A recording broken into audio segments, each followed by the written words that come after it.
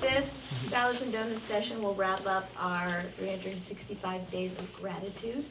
And Dr. Mojo is going to talk about gratitude today. So thank you. Thanks, Aaron. Thanks for inviting me. Thanks for coming, everybody. So I want to start with a little bit of an experiment. If you stand up and stand on one leg. So you can do this by just taking your non-dominant leg. And we could just say that, the person who wins this contest gets an extra donut or something like that, So part of the reason that I wanted to do this, see how long I last here, is because I want to refer to this article that Chesterton wrote called The Advantages of Having One Leg. So he writes this for the Illustrated London News. And evidently Chesterton sprained his ankle, and he's got his foot up in a chair, and I'm sure that his essay for the paper was overdue. And he writes this essay. And so let me, and his point really of the essay is that a lot of times we don't really value something until we lose it, right? I mean, something is not as precious to us until we realize that maybe it's not there. So here's how he ends his essay. He says, "This world and all our powers in it are far more awful and beautiful than even we know, until some accident reminds us. If you wish to perceive that limitless felicity, limit yourself if only for a moment. If you wish to realize how fearfully and wonderfully God's image is made, stand on one leg. If you want to realize the splendid vision of all visible things, wink the other eye." And he's saying here, basically, close both eyes. Okay, go ahead. We can put it down. Okay. That was good. I think everybody stayed with that. Okay, so I want to try something else. Now, think for just a minute, identify something that you have taken for granted since you awoke this morning. So think of one or two things that you took for granted since you got up. Okay, you got that. Now tell the person next to you. What was it that you took for granted?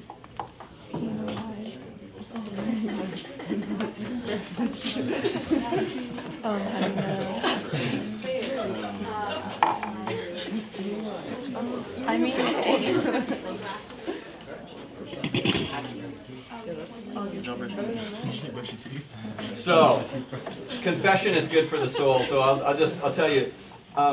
Most days there's something I take for granted. It's never my coffee, but it's usually the warm water in the shower. And so imagine like the kings and queens of England, what they would give, what they would pay a craftsperson who came up with this idea in the 19th century even, right? I mean, I can imagine primitive tribes people coming to this sacred shrine, this place of the warm water god, and bringing garlands of flowers, and worshiping there or something like that. So what do we take for granted? How much do we just consider things as givens? Something that's a given is something that we assume. We assume that it's our right, or maybe it's just always going to be there. It's a given, right? It's something that maybe we deserve or something we just get. And yet, maybe if we think about it as a given, maybe it's also a gift, right? This is something that's given to us. The gift of two legs, the gift of two eyes, the gift of hearing and speech. And so thinking about what has been given to us, and then how to respond to that, right? Partly we respond by appreciating it. Chesterton said, and I use this quote a lot, but it's one of my favorite ones, the aim of life is appreciation. There's no point in not appreciating things, and there's no point in having more of them if you have less appreciation. So part of gratitude is thinking about what has been given to us and actually appreciating it, actually appreciating the things that we have instead of worrying about things that we don't have. Chesterton also said that gratitude is happiness doubled by wonder. I love this. So if you think about this, this phrase, happiness doubled by wonder. I'm so happy for this warm shower. I'm so happy for this cup of coffee. But the wonder there brings us sort of like almost reverence, sort of like this holy awe. Like, I think this is how my nephew Cameron Moore lives most of his life. But the sense that, like, almost like you could just burst out into singing over a cup of coffee or something like that. Yeah. So how do we respond to what has been given to us by God? By appreciation, and then I think also by giving. Right? I mean, it's the sense that one of the Lenten practices traditionally has been almsgiving. So we are grateful and we pass on what we've been given by giving to others. So think about today how you do that, how you pass on the blessings, and maybe it's even the sense like when you see something really wonderful, then you pass that on in joy to someone else. You pass that on actually by encouraging somebody else. Some of the ways that we give is through charity then too. Not all of us have been given the same amount. Some of us have more and some of us have less. But giving of our substance to others and to organizations. Chesterton, one last quote, he said, when it comes to life, the critical thing is whether you take things for granted or whether you take them with gratitude. So, Spring Arbor University is a wonderful place. Let's not take it for granted. Awesome. So now we're going to transition into a bit of our question and answer time. So if you have any questions about gratitude or the way that our finances connect to being grateful, go ahead and ask Dr. Mojo now. Or about the warm shower God. Yeah, so I have a question. Yeah. So, I mean, obviously we know we're in a super privileged country and we're all super privileged compared to like the world standards. But how do you think like, it's not always easy to keep, you don't always keep that in perspective when you feel like a broke college kid. Right. So what are some of the ways to like, you think, be grateful for what we have in our own context? Because a lot of times it's not easy to just like pull yourself out of your own context. Yeah. And I do think that, what I see as I see you all living is, if you think about what is it that college students have a lot of and what do they have not much of? One of the things that you don't have a lot of is time and sleep and those kinds of things. And I often see, and you guys do too, you see your peers giving of their energy.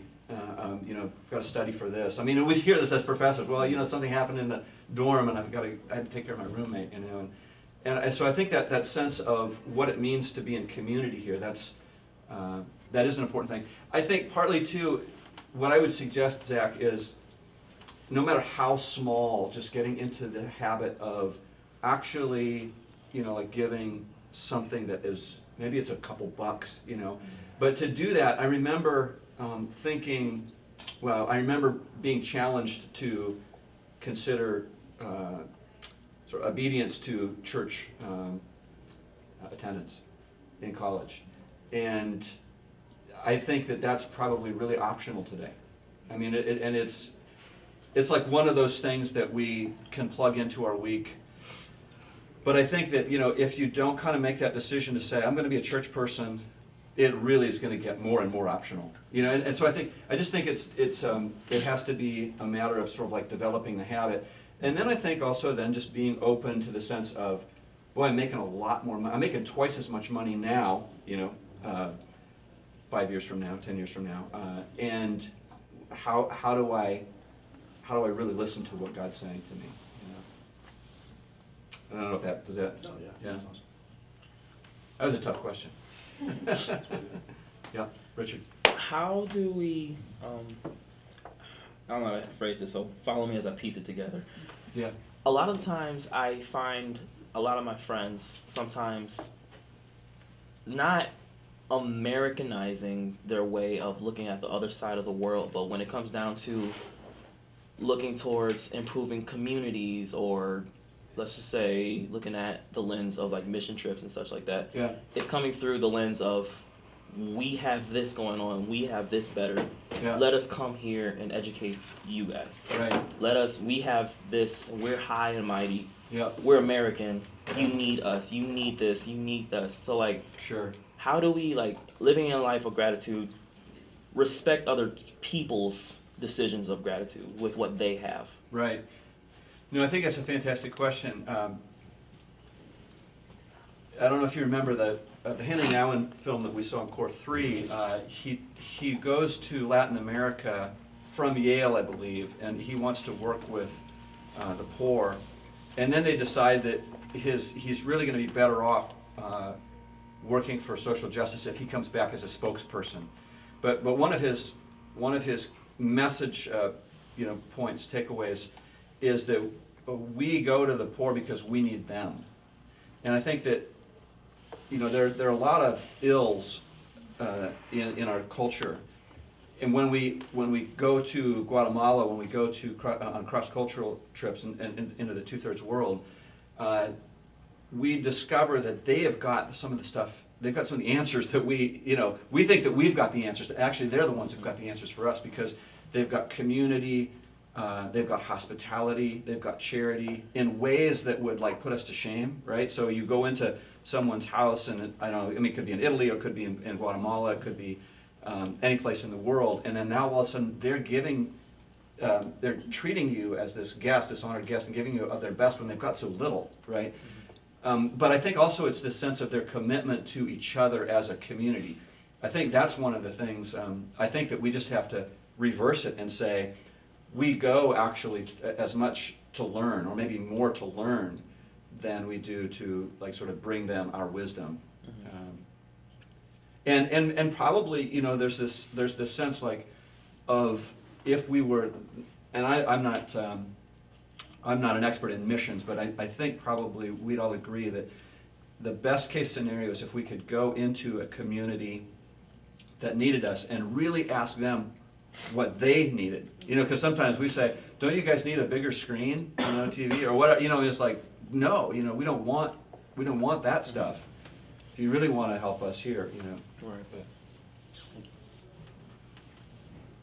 How do you balance so gratitude and thankfulness for everything, but then like we're even part of a Western culture is always like, how do we advance, how do we move things forward, how do we not just say we got a horse and buggy that's really fast and say let's also make a car, now let's make a car that goes instead of 30 miles an hour 80 miles an hour. Right. That's good stuff, so where I think sometimes just that's good, or we need to appreciate this, does that stop innovation? So like, what's that balance of like always pushing forward and knowing we could do better, but also like, right. it's almost like lack Yeah. of acceptance for what is. And No, I pushing think forward. that's a very deep philosophical question. I mean, in the sense that I think the answer to that, and I mean, just off the top of my head, the answer to that is that we have to know what we're advancing toward.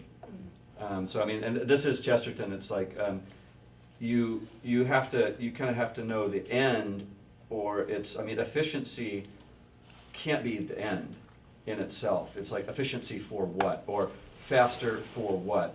And so I think that most of those philosophical questions for me come back to what is most human. How does my cell phone make me a better human being? No. No, it doesn't.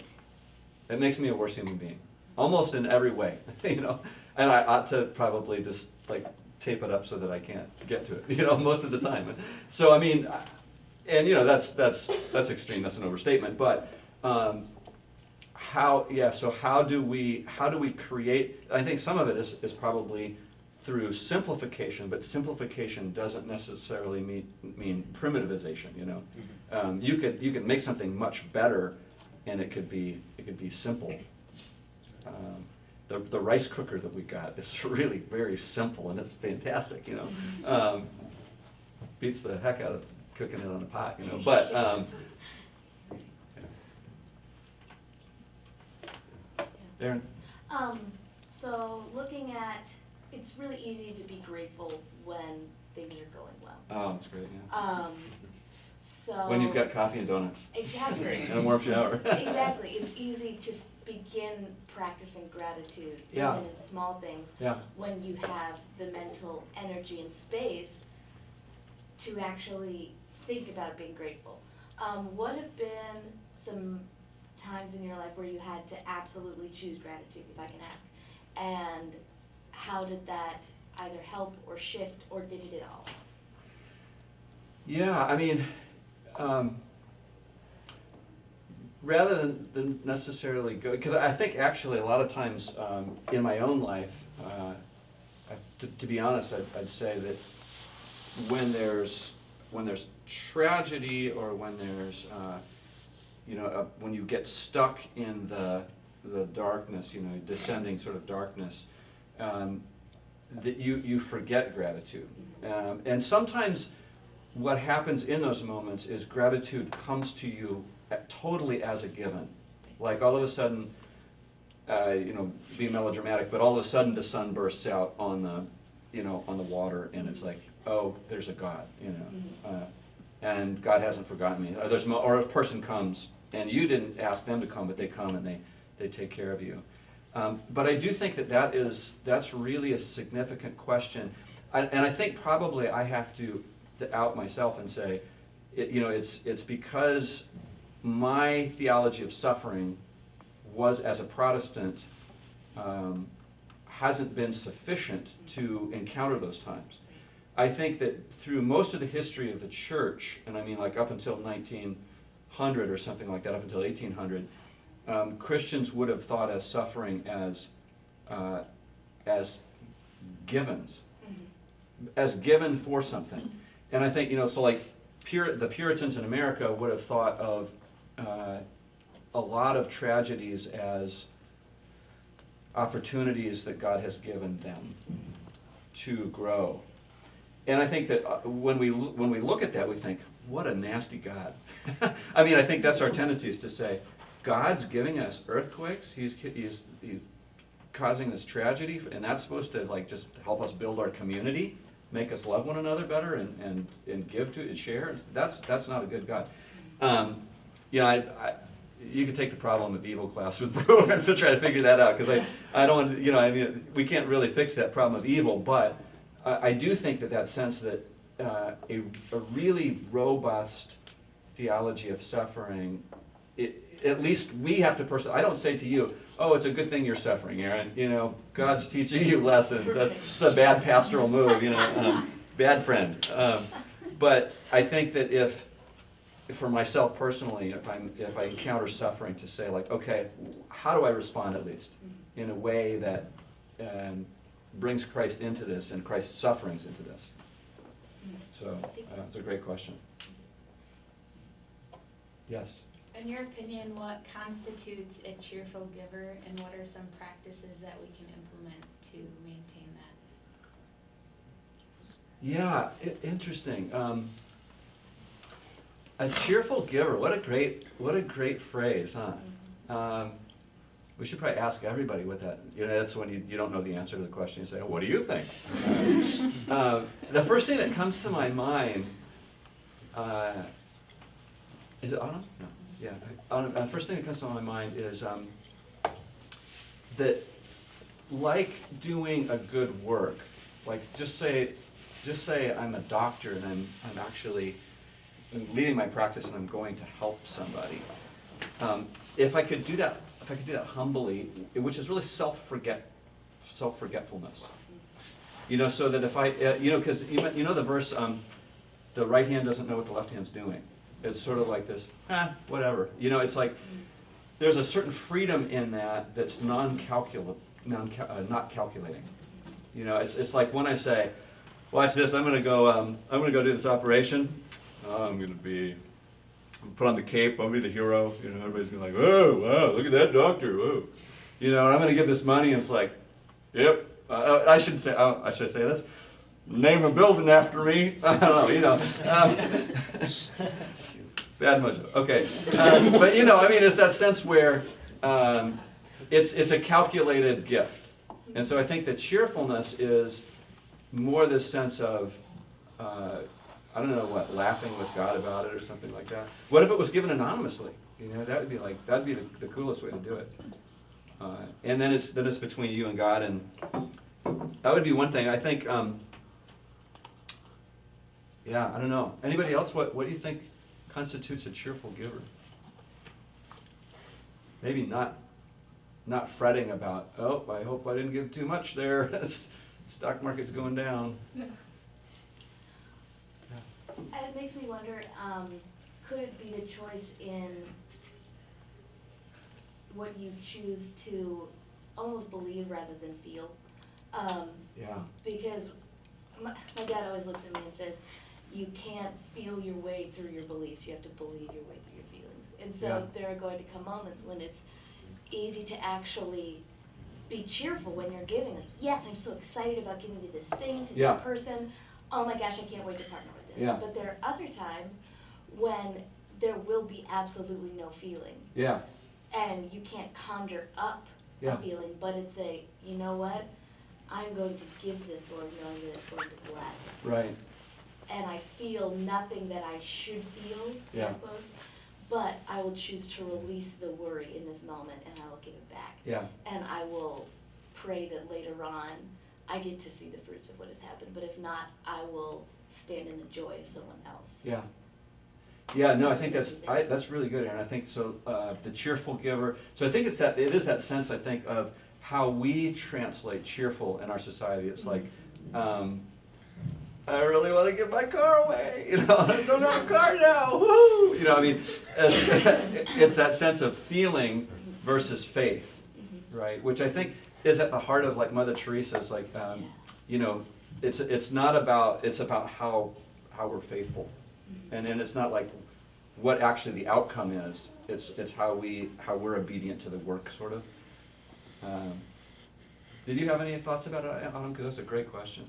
No, it actually arose because something I've really been thinking through, especially at Spring Arbor, is the concept of tithing. And Yeah. like, what that looks like. Yeah. Because coming in, I had like a very narrow view of like, oh, you just take 10% and like give it every Sunday and that's what you do. Yeah. Which is helpful in developing good habits for giving. Right. But the more that I thought into it, I realized that like tithing encompasses so much more than just the act of giving money, but like it is really giving of like every part of who you are, including your time and your Yeah. energy and your habits. And so Right. I've been exploring what it looks like to give in like other ways other than just financially. Yeah. That's something I've been thinking about myself.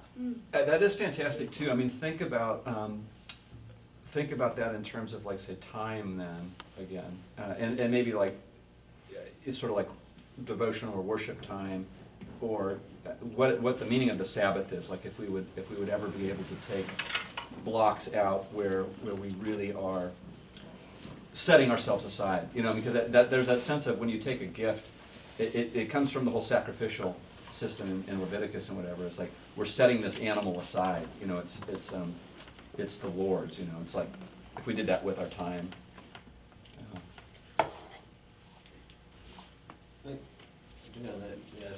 Appreciate Aaron's perspective on that too, but I think part of like the habit of doing stuff, like, so like in a way like the cheerful giver thing, like if somebody's starving, it's like, I don't really feel like giving, so I probably shouldn't because I need to have my heart right. It's like, that person that's starving, they'd probably be totally fine if I still gave and help them out, even if they're not willing. So I think there's that piece where this Take is the right this thing back to do. unless you can smile. Yeah. Until you feel like it. So I think, like, and almost like, to me, almost like money and exercise, like, often seem similar because it's like that thing where athletes, a lot of their practices are probably like, I'm going through the motions, but it's that like euphoric joy of the sport that they have. It's because of that consistent Yeah. thing. And so there's these Just do moments it. where you tithe for 5 months of the church, don't give a rip, but then there's like something that comes up that just resonates so much and give way above and beyond your tithe. And Yeah. just, you're super pumped about it, but you almost can't even get to that point of, you know, enjoying that experience if you haven't already exercised every day, because you can't just go on the spontaneous Right. run with somebody that's just fun, or play with your kids. Right. Because your back's gonna get thrown out if you don't consistently just go for a jog every day kind of thing. No, I think that's fantastic, Steve. I think the kind of what we're touching on here too is like sort of church attendance, tithing, these practices is like to be able to ask ourselves, what are our practices? Because the practices end up developing these virtues. And so, like on there's a parable that I really like. There's sort of a sinister Don Juan type who wanted this woman. And so he puts on the mask of a saint, and he's wooing her, and then she falls for him eventually, you know. So it's gradual, and he realizes he's got to take off this mask, and when he takes it off, his face has become the face of the saint. Basically, by practicing good, he's become good. It's sort of like fake it till you make it, I guess, but that sense where you're practicing and it becomes this sort of reflex spiritually. And then maybe I am cheerful then. Right. Yeah. Woo! Alright,